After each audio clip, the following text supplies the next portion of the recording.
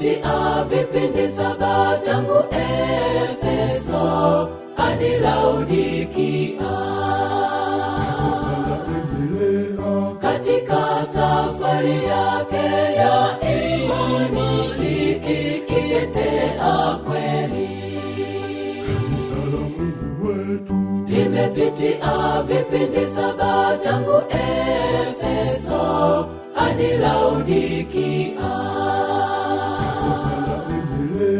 Katika safari yake ya imani ikitetea kweli.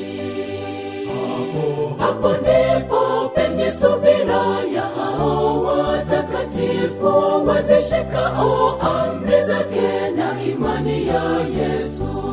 Tusimame imara sisi tulo wasafiri, tukilingoje tumaini la baraka.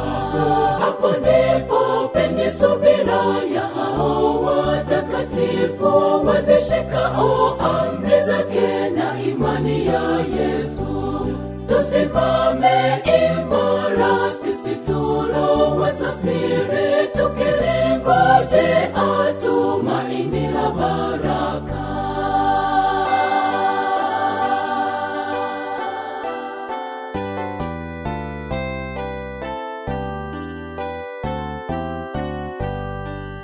Mwongozo wa kanisa letu umejikita kwenye maandiko matakatifu na roho ya unabii, kuitangaza habari njema ya ujumbe wa malaika wa tatu.